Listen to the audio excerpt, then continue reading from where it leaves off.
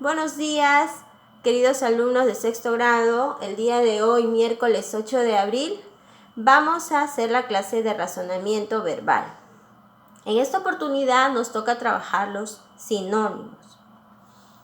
Para ello vamos a seguir las siguientes indicaciones. Vamos a observar el PowerPoint y luego vamos a trabajar en el cuaderno. En tu cuaderno vas a escribir el título del tema, que son los sinónimos y sus clases. Luego vas a copiar el concepto del tema, vas a realizar un organizador con las 4 clases de sinónimos. Siguiente, vas a escribir 2 ejemplos de cada clase separándolos como un subtítulo en cada uno para poder diferenciar tus ejemplos y finalmente realizas la ficha. Tú puedes lograrlo, así que vamos a empezar.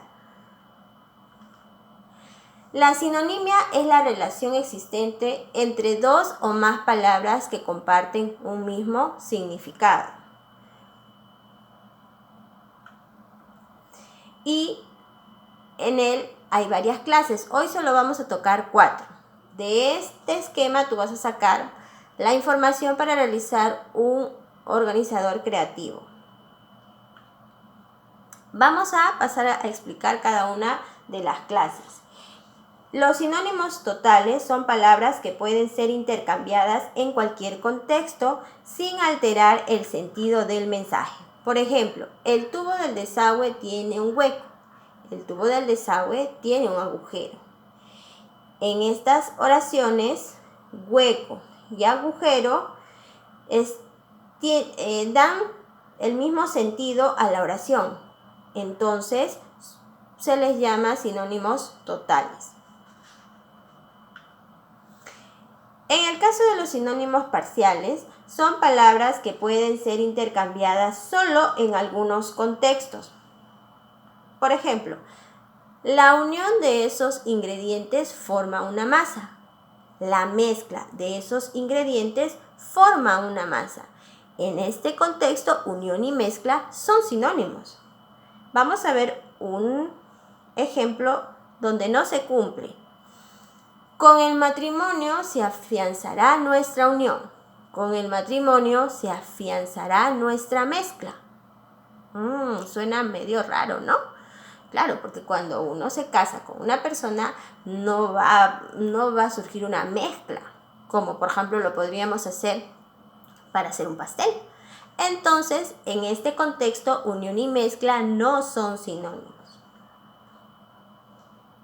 Recuerda, siempre va a depender del contexto. El siguiente sinónimo es la diferencia de grado. La diferencia de grado son palabras que tienen un significado semejante, pero con una diferencia de intensidad. Por ejemplo, el incendio deterioró el complejo habitacional. El incendio devastó el complejo habitacional. En estas 2 oraciones, deterioró y devastó son de distinta intensidad, porque quiere decir en la primera oración que el incendio causó algunos daños en ese complejo habitacional. Sin embargo, en el ejemplo número 2, devastó quiere decir que casi todo el complejo habitacional sufrió grandes pérdidas. Es como si en casa tenemos un incendio leve en la cocina, pero lo logramos apagar rápidamente, ¿no? Porque solo una parte de nuestra cocina empezó a incendiarse. Sin embargo, como vimos en las Malvinas, hubo un incendio de gran magnitud y ocasionó que todo ese edificio ya no sea habitable. Y por último, los sinónimos con diferencia de uso. Ejemplo, primero vamos a decir el concepto. En el caso de diferencia de uso, son palabras que tienen significado semejante.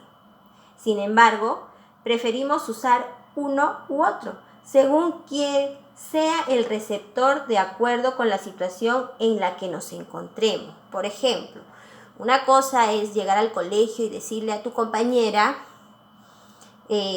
una expresión que de forma coloquial la utilizas con ella, que bajes a la dirección y le digas a Miss Lupe lo mismo, pero con otras palabras, porque sabes que Miss Lupe trabaja con un lenguaje formal, ¿no? Vamos a darnos unos ejemplos. Me duele la torre desde ayer. Algunos habrán escuchado este tipo de palabra que hace referencia a la cabeza, ¿no? Que es una forma coloquial de decirlo. Me duele la torre desde ayer. Y en el otro caso dice, me duele la cabeza desde ayer. Cabeza pertenece a un uso formal del idioma. En cambio, torre a un uso informal, ¿no? A veces, si encontramos a un amigo en la calle, algunos le dicen, hola causa, ¿cómo estás? Sin embargo, ese es un lenguaje coloquial. Y cuando queremos decirle a un amigo que utilice el lenguaje formal, solo utilizamos la palabra amigo, ¿verdad? Entonces, causa y amigo tendrían una clase de sinónimos con diferencia de uso.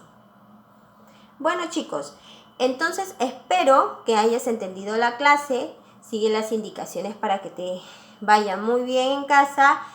Y aquí te estoy dejando la ficha aplicativa que también la he descargado en un Word para que la puedas imprimir fácilmente. Y si no tienes impresora, no te preocupes, puedes escribirlas. Recuerda que en este tiempo estamos teniendo en cuenta todas las medidas de sanidad que necesitamos para protegernos del coronavirus.